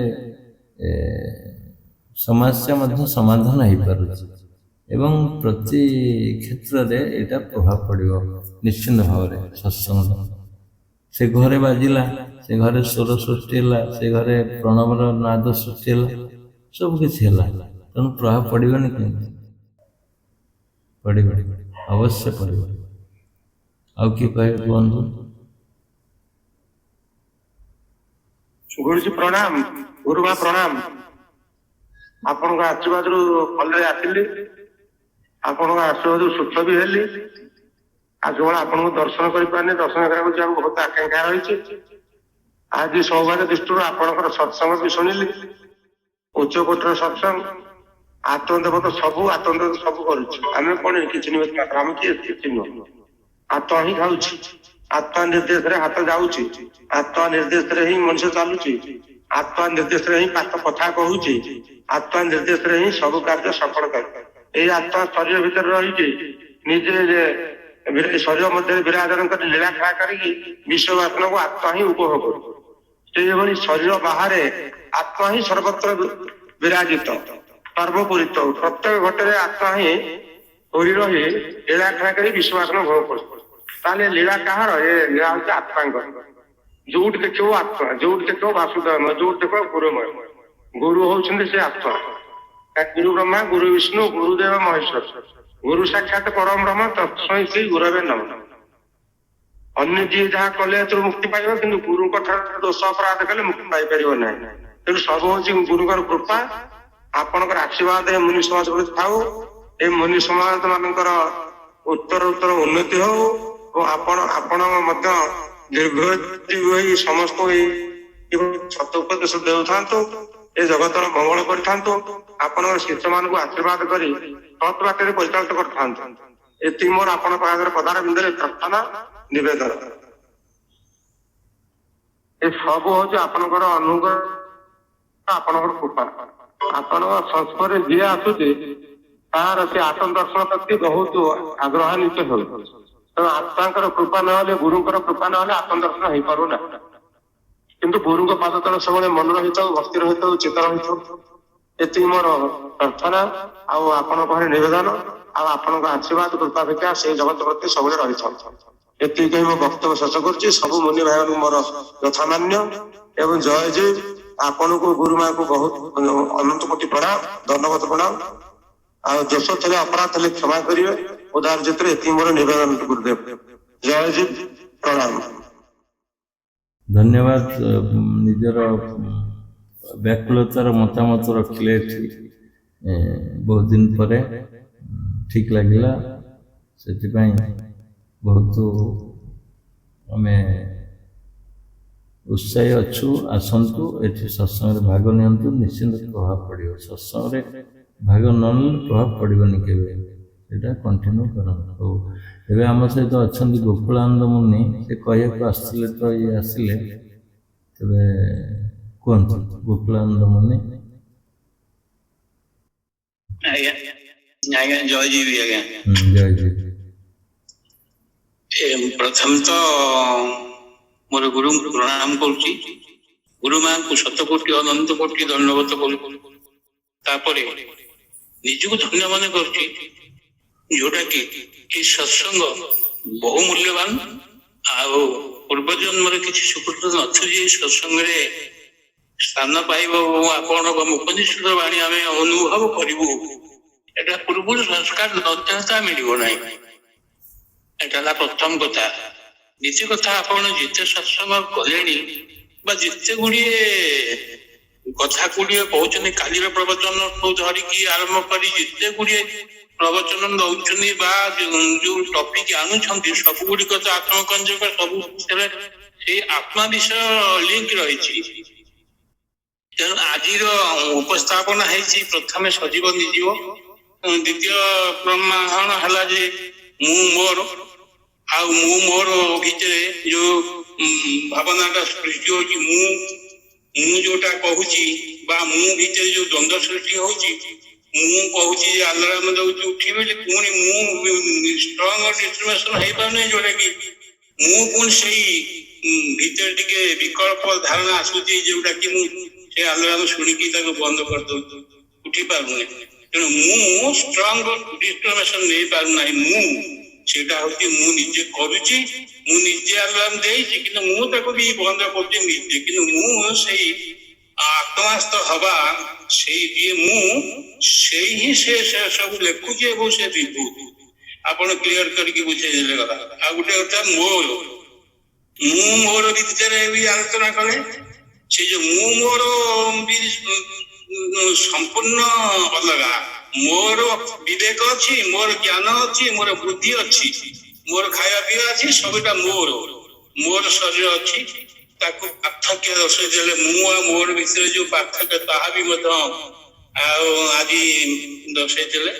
କାଲି ଯୋଉ ସତ୍ସଙ୍ଗ ହେଇଥିଲା ଯେ ମୋ ଭିତରେ ଯାହା ସୃଷ୍ଟି ହଉଛି ବା ମୁଁ ଯାହା ଅନୁଭବ କରୁଛି, ମୋ ଭିତରକୁ ଯାହା ଆସୁଛି, ମୋ ଭିତରେ ଯାହା ଆସେ ତାକୁ ସୂକ୍ଷ୍ମତା ସହିତ ସୂକ୍ଷ୍ମର ସହିତ ବିଚାର କଲେ ବା ଅତି ଭିତରକୁ ଯାଇକି ବିଚାର କଲେ, ତାହା ସହଜରେ ମାନେ ସେ ପରମାତ୍ମା ଜାଣିନେବେ ଏବଂ ପରମାତ୍ମା ନିଶ୍ଚିତ ଭାବରେ ସେ ସମାଧାନ ସୂତ୍ରଟାକୁ ଦେଇଦେବେ। କାଲି ଆଲୋଚନା ହେଇଥିଲା, ଆଜି ମଧ୍ୟ ସେଇ ଆଲୋଚନା ହେଇଛି, ଯୋଉଟା କି ଆମ ବିଚାରଧାରା ଭିତରେ ଖାଦ ରହୁଛି। ସେଇ ଯୋଉ ଖାଦକୁ ଯଦି ଆମେ ଜାଣିପାରିବା, ପ୍ରକୃତ ଖାଦଟା କଣ ରହୁଛି, ମୁଁଟା କାହିଁକି ସର୍ବ ଶକ୍ତିମାନ ହେଇପାରୁନାହିଁ, ମୁଁ ଚାହିଁଲେ ଗୋଟେ ଛୋଟିଆ ଜୀବ ହେଲେ ବି ମଧ୍ୟ ମୁଁ ସବୁ କିଛି କରିପାରିବି, ଏଇ ଯୋଉ ଦୃଢ ଭାବନା, ଷ୍ଟ୍ରଙ୍ଗ ଡିଟରମିନେସନ ହେଇପାରୁନାହିଁ, ଯେ କେତେବେଳେ ହବ। ଆଉ ମୋର ମୁନିୟତି ଭାଇ ମାନଙ୍କୁ ମଧ୍ୟ ଅନୁରୋଧ, ଆ ଭିତରେ ବୋଧେ କେହି ସମାଧି ହେଲେଣି, ଆଉ ମୁଁ ତ ଭାବି ପାରୁନାହିଁ, କିନ୍ତୁ ସବୁଦିନ ସତ୍ସଙ୍ଗ ଶୁଣୁଛି। ଆଉ କିନ୍ତୁ ସମାଧିସ୍ଥ ୟା ଭିତରେ କିଏ କୋଉମାନେ ହଉଛନ୍ତି ଟିକେ ଆମକୁ ସନ୍ଦେଶ ଦେବେ। ଆଉ ସବୁଦିନ ଆପଣ ତ କହୁଛନ୍ତି ଏବେ ସମାଧି ହେଇଯିବ, କେତେ ତ ପ୍ରବଚନ ଛାଡ଼ିଲେଣି, ଏଇ ମୁହୂର୍ତ୍ତରେ ସମାଧି ହବ, ଆଜି ବି ସମାଧି ହବ, ଏଇ ଯୋଉ ସବୁ କହୁଛନ୍ତି ଆମେ ସବୁ ଶୁଣୁଛୁ। କିନ୍ତୁ ସ୍ୱପ୍ନ ଭଳିଆ ଲାଗିଲେ ବି ମଧ୍ୟ ନିରାଟ ସତ କଥା। ଆପଣ ଅନୁଭବ ସୂତ୍ରରୁ କହୁଛନ୍ତି, ଆପଣ ଯାହା ଅଙ୍ଗେ ଲିଭେଇଛନ୍ତି ସେଇଟାକୁ କହୁଛନ୍ତି। ଆଉ ମୁଁ ବି ଅଧିକ କିଛି କହୁନାହିଁ। ଆଉ ମୁଁ ଯାହା ଅନୁଭବ କରୁଛି, କିନ୍ତୁ ଆପଣଙ୍କର ଯେତେ ଗୁଡିଏ ଭାଷା ବାହାରୁଛି, ତା ଭିତରେ ନିର୍ମଳ, ଶୁଦ୍ଧ ଏବଂ ପୁରା ମାନେ ପରିଷ୍କାର ଏବଂ କୌଣସି ଆବିଳତା ତା ଭିତରେ ନାହିଁ, ମଇଳା ଟିକେ ବି ନାହିଁ। କିନ୍ତୁ ପ୍ରକୃତ ରିଅଲ ଫ୍ୟାକ୍ଟ ବା ରିଅଲ ସତ କଥା ଗୁଡିକ ଆପଣ କହୁଛନ୍ତି। କାରଣ ଅନୁଭବୀ ଏସବୁ କହିପାରିବ, କିନ୍ତୁ ଅନ୍ୟମାନେ କେହି କହିପାରିବେନି। ଯେହେତୁ ସତ୍ସଙ୍ଗ ବା ଯେତେ ଗୁଡିଏ ପ୍ରବଚନ ହଉଛି ଏଗୁଡାକରେ ଆଉ ଇଚ୍ଛା ନାହିଁ, କିନ୍ତୁ ଆପଣଙ୍କର ଯୋଉ ଅମୂଲ୍ୟ ବଚନ ବା ଯୋଉ ଅମୃତ ବଚନ ସେଟା ଅମୃତ ତୁଲ୍ୟ ଲାଗୁଛି, ଏବଂ ଏଇ ମୁହୂର୍ତ୍ତକ ପାଇଁ ସେ ଟାଣି ନଉଛି ସେ ଆଡକୁ। କିନ୍ତୁ ଏଇ ମୁହୂର୍ତ୍ତଟା ଚାଲିଗଲା ପରେ ଏଇ ଯୋଉ ବ୍ୟାଟେରୀଟା ଡିସଚାର୍ଜ ହେଇଯାଉଛି। ତେଣୁ ଆଉ ଏତିକି ଗୋଟେ ଲାଭ ମିଳୁଛି ଯେ ପ୍ରତି ସପ୍ତାହରେ 2 ଦିନ 7 ଦିନରେ ଶନିବାର ରବିବାର 2 ଦିନ ଆମ ବ୍ୟାଟେରୀ ଚାର୍ଜ ହଉଛି, ଆଉ ଯୋଉଟା ଡିସଚାର୍ଜ ହେଇଯାଇଛି ପୁଣି ଚାର୍ଜ ହଉଛି। ତେଣୁ ଆଉ ଏଇଭଳି ହଉଥାଉ, କେବେ ଯେ ସୁଯୋଗ ମିଳିବ ଆଉ ସେ ସମାଧି ସ୍ତରକୁ ଯିବୁ, ଆଉ ଆପଣଙ୍କର କୃପା ବର୍ଷା ହଉଥାଉ, ଏଇପରି ମାଙ୍କର କୃପା ବର୍ଷା ହଉଥାଉ, ଆପଣ ଗୁରୁଦେବ ଦୟା ରଖିଥାନ୍ତୁ। ଏତିକି କହି ମୋ ବକ୍ତବ୍ୟ ସାଙ୍ଗ କରି ଯଦି କିଛି କହିବା ଭିତରେ ସ୍ଲିପ ଅଫ୍ ଟଙ୍ଗ ହେଇଥାଏ ତାହେଲେ ଉଦାର ହୃଦୟରେ କ୍ଷମା ଦେବେ। ଜୟ ଜୟ ବାବା। ଜୟ ଜୟ, ଧନ୍ୟବାଦ। ମତାମତ, ବହୁମୂଲ୍ୟ ମତାମତ ରଖିଲେ, ବିସ୍ତୃତ ଭାବରେ ଟୁ ଦ ପଏଣ୍ଟ, ମାନେ ପାହାଚ ପରେ ପାହାଚ ଯୋଉ ଷ୍ଟେପ୍ ନେଇ ମୁଁ କହୁଥିଲି ତାକୁ ପୁଣି ପୂର୍ଣ୍ଣ ମନେ ପକେଇଦେଲେ, ଠିକ୍ ଲାଗିଲା। ଆଉ ଏଇଠି ଗୋଟେ ଇଣ୍ଟରେଷ୍ଟିଂ କଥା ମନରେ ଆସୁଛି ଯେ କାଲି ଜଣେ ମୁନିମତି, କାଲି କି ସପ୍ତାହ ଭିତରେ ମନେ ପଡୁନି, କହିଲେ ଯେ ଆମ ଯୋଉ ଓଷା ବାର କରୁଛୁ, ଓଷା ବ୍ରତ ବା କୌଣସି ପୂଜା ପାର୍ବଣରେ ଯେମିତି ସାମିଲ ହଉଛି, ଆମେ ଏବେ ଅନୁଭବ ହେଲାଣି, ଆକ୍ୱେଣ୍ଟେଡ୍ ହେଇଗଲାଣି ଯେ ଶନିବାର ରବିବାରଟା ଆମର ହଉଛି ପୂଜା ଦିନ। ପୁରା ମାନେ ଯେମିତି ସାମଗ୍ରୀ ଧରିକି ବସନ୍ତି ପୂଜାର, ସେମିତି ତାଙ୍କୁ ଫିଲିଂ ହେଲାଣି ଯେ ସପ୍ତାହରେ 2ଟା ଦିନ ସିଏ ପୁରା ଶାଢ଼ୀ ପିନ୍ଧି ବା ଡ୍ରେସ୍ ରଖି ବା ମୋବାଇଲ ଧରିକି ବସୁଛନ୍ତି। ଗୋଟା ପୂର୍ଣ୍ଣ ଭାବରେ ସ୍ୱତଃପ୍ରତ ଆକାଂକ୍ଷା ସୃଷ୍ଟି ହେଇଗଲାଣି। ଏଇଟା ହିଁ ଆମର ଏଇ ସମୟଟା ନିହାତି ଦରକାର। ଜଣେ କହିଲେ କୁଣିଆ ଆସିବେ ଆଜି, ନା ତୁମେ ରୋଷେଇ କର। କୁଣିଆ ଆଜି କାହିଁ ଡାକୁଥିଲ? ଆଜି ରବିବାର ଥିଲା, ଆଜି କାହିଁ ଡାକୁଥିଲ? ମୁଁ ମନା କରୁଛି, ତମେ ରୋଷେଇ କର। ବାସ୍ ଏଇଭଳି ସିଚୁଏସନ ସୃଷ୍ଟି ହେଲାଣି। କାହିଁକିନା ଏଇଟା 18 ମସିହାରୁ ଆରମ୍ଭ ହେଲାଣି ନା, 6 ବର୍ଷ ହେଇଗଲାଣି ଆସିକିରି ଜଣେ ହାବିଟ୍ ହେଇଗଲାଣି। ସେଇ ସିକ୍ୱେନ୍ସକି ଆସିବା ପାଇଁ ଗୋଟେ ହାବିଟ୍ ହେଇଗଲାଣି। ସେଇଟା ହବ, ଦେଖାଯାଉ। ଯୋଉଦିନ ସତ୍ସଙ୍ଗ ନ କରିବ ମୁଣ୍ଡ ବୁଲେଇବ। ହଉ, ଆଉ କିଏ କହିବେ କୁହନ୍ତୁ? ଯଦି କିଏ କହିବେ, ଅଛନ୍ତି ଆକାଂକ୍ଷା ଯାହାର ଅଛି, କିଏ କହିବେ ଯଦି କୁହନ୍ତୁ, ବନ୍ଦ କରିବା। କିଏ ନ୍ୟୁ ଫେସ୍ କୁହନ୍ତୁ? प्रणाम गुरुजी। प्रणाम। रायपुर କାଲି ବି ମୁଁ ନ୍ୟୁଟା ଅନ୍ କଲି, ହଉନଥିଲା। 2 ଥର 3 ଥର ଡାକୁଛି ମୁଁ ଗୁରୁଜି ଗୁରୁଜି ବୋଲି, ହଉନଥିଲା କଣ ପାଇଁ କି। କାଲି ବି ଆଜି ବି ପୁରା ଆମର ଉପରେ କେତେ ବୋଲେ ପଣସ କାଟିବାଟା କେତେ କଷ୍ଟ, ସେମିତି ପଣସ କାଟିକିରି ଖୁଆଇଲା ପରେ ଆପଣ କହୁଛନ୍ତି ଖୁଆଇଲା ପରେ, ହେଲେ ଆମର ନିଷ୍ପତ୍ତି ଅଛି ଏବେ ଆମେ କଣ କରିବା, ସେଟା ଭାବନାରେ ନେଇକି କେତେ ଜଲ୍ଦି ଆମେ ଅନୁଭବ କରିବା ବୋଲି ଲାଗୁଛି। କାଲି ବି ପୁରା 70% ମୋର ଇଏ ବୋଲେ ମୋର ଭାବନା, ମୁଁ କେମିତି ସାଧନାରେ ଅଛି ବୋଲେ ସେମିତି ସବୁ ଜଣା ପଡୁଛି। ମୋର କଣ ଭୁଲ ଅଛି, ମୁଁ କଣ ପାଇଁ କରିପାରିନାହିଁ ବୋଲେ ସବୁ ଜଣା ପଡୁଛି। ବେଶୀ ବୋଲେ କାଲି ବି ଟାଇମ ଜଣା ପଡିଲା ନାହିଁ। ମୁଁ ବାତ ବସେଇବି ବୋଲି ଭାବିଲି, ବାତ ବି ବସେଇନି। ତାପରେ ସତ୍ସଙ୍ଗ ହେଲା ପରେ ବାତ ବସେଇଲି ବୋଲେ ବେଶୀ ଆନନ୍ଦ ଲାଗୁଛି। ଆଉ ଏଇ 2 ଦିନର ସତ୍ସଙ୍ଗ ଶୁଣିଲେ 5 ଦିନ ଆମକୁ ଇଏ ଅଛି ବୋଲେ ପ୍ରାକ୍ଟିସ ପାଇଁ ସବୁ ଏ କରିବା ସାଧନା କରିବା ପାଇଁ ଅଛି। ଟିକେ ଟିକେ ଏଇ ସଂସାର ଦେହ ଦୁର୍ବଳତା ଟିକେ କରୁଛି, ସେଟାକୁ କେମିତି ଆହୁରି ଆଶୀର୍ବାଦ ଦିଅନ୍ତୁ। ସେଟା ଦେହ ପ୍ରୋବ୍ଲେମ ଟିକେ ହଉଛି, ହେଲେ ବି ସେ ଆପଣ କହୁଛନ୍ତି ସେ ଭାବନାରେ ରୁହନ୍ତୁ, ସତ୍ସଙ୍ଗ ଶୁଣନ୍ତୁ ବୋଲି କହୁଛନ୍ତି। ସେମିତି ଏକା ସାଧନା ନ କରିଲେ ବି ସତ୍ସଙ୍ଗରେ ମୁଁ ସବୁଦିନ ଶୁଣିଛି, କୋଉଟା ହେଲେ ଗୋଟେ ସତ୍ସଙ୍ଗ ବେଶୀ ଆନନ୍ଦ ଲାଗୁଛି।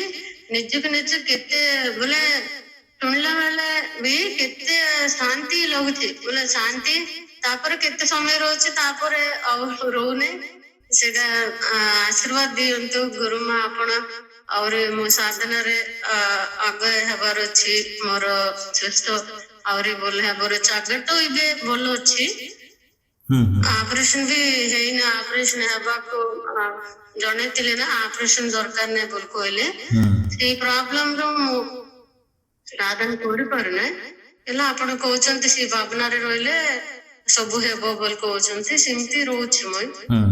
ସେ ଭାବନାରେ ବୁଝି ରହିଲେ ହେଇଯିବ। ଠିକ ଅଛି, ଧନ୍ୟବାଦ। ବହୁ ଦୂରରୁ ଆମ ସହିତ ଯୋଡ଼ି ହେଇଛନ୍ତି, ଜୟପୁର, କୋରାପୁଟ, ଜୟପୁର। ଆଉ ଓଡ଼ିଆ ଓଡ଼ିଆର ପୂର୍ଣ୍ଣାଙ୍ଗ ଭାଷା ନଥିଲେ ବି ଠିକ ବୁଝି ହଉଛି, ଠିକ ଲାଗୁଛି। ଗୋଟେ ଆଉ ଗୋଟିଏ ସ୍ୱରରେ ମାନେ ଇଏ ଲାଗୁଛି, ଆମକୁ ଭଲ ଲାଗୁଛି ସେଇ କଥାର ଶୈଳୀ ଗୁଡ଼ା। ତେବେ ଯାହା ହଉ ସମସ୍ତେ ଶୁଣୁଛନ୍ତି, ମନ ଦେଇକି ଆଟେଣ୍ଡ କରୁଛନ୍ତି, ବହୁତ ବଡ଼ କଥା। ଆଉ ଗୋଟେ ମନକୁ ଆସିଥିଲା ଯେ ଭୁଲିଗଲି, ସେ ମଝିରେ ଆସିଥିଲା, କ'ଣ କହିବି ଭୁଲିଗଲି। ମନକୁ ଆସିଥିଲା ଏଇ ସତ୍ସଙ୍ଗ ଉପରେ। ହଉ, ମନେ ପକଉଛି। ଆଉ କିଏ କହିବେ କୁହନ୍ତୁ ଯଦି।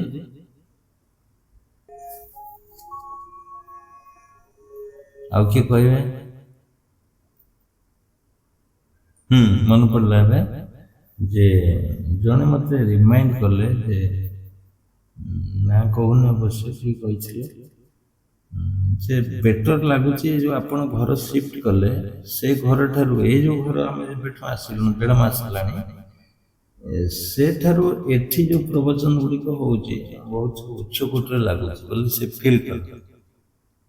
ଆମେ ଏଠି ଯୋଉ ଆଲୋଚନା କଲେଣି ଏଇ 1.5 ମାସ ଭିତରେ, 1.5 ମାସ 15 ଦିନ ଛାଡ଼ନ୍ତୁ, 15 ଦିନ ଗଲା ଏପଟ ସେପଟ, ଏଇଠି ଯୋଉ କରାଗଲା, ଏଇଟା ଘରର ଆବିଲିଟି ହୁଏତ ଠିକ ଥିବ, ପରିବେଶ ଠିକ ଲାଗୁଛି, ଏଠି ବସିକି ଶାନ୍ତ ଚିତ୍ତରେ ନିର୍ଭୟରେ, ମାନେ କିଛି ନାହିଁ ଦ୍ୱନ୍ଦ୍ୱ, ଏଠି କିଛି ନାହିଁ, ନା ପଲ୍ୟୁସନ ଅଛି, ନା ସାଉଣ୍ଡ ଅଛି, ନା କ'ଣ କିଛି ନାହିଁ। ସେଥିପାଇଁ ଏଇ ସତ୍ସଙ୍ଗ ମୁଁ ଫିଲ୍ କରୁଛି ଠିକ ଲାଗୁଛି।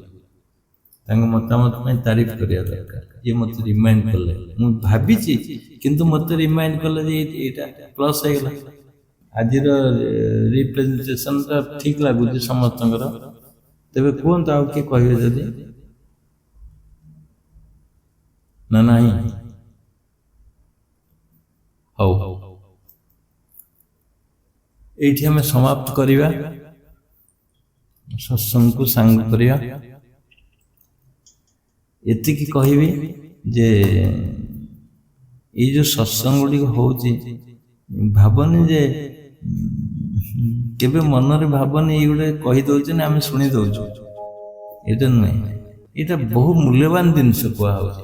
ଆଉ ଏଇଟା ସାଇତିକି ରଖନ୍ତୁ, କିଛି ନହେଲେ ସାଇତିକି ରଖନ୍ତୁ, କାମ ଦବ ଜିନିଷ।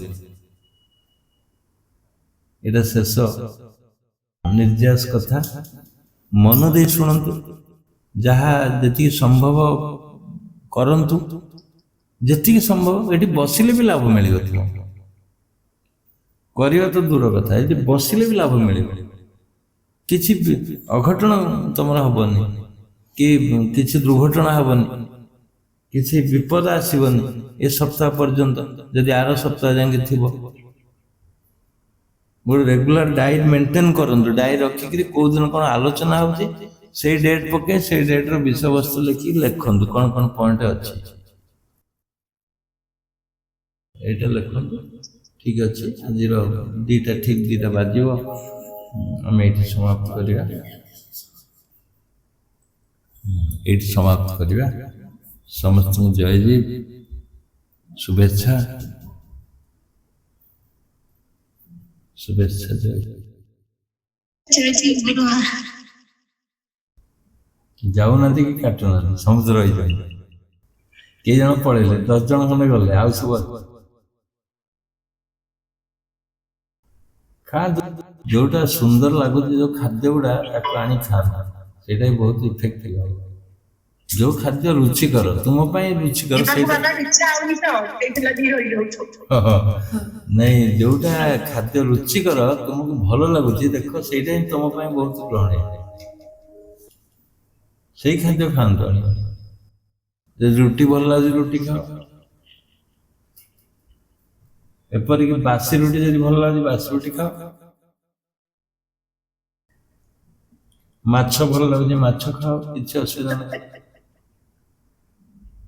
सिलेक्टिव माछ खाओ आनी सिलेक्टिव मान जोटा भल लगे जो माछ गुड़ा चूड़ा मुड़ी घी आ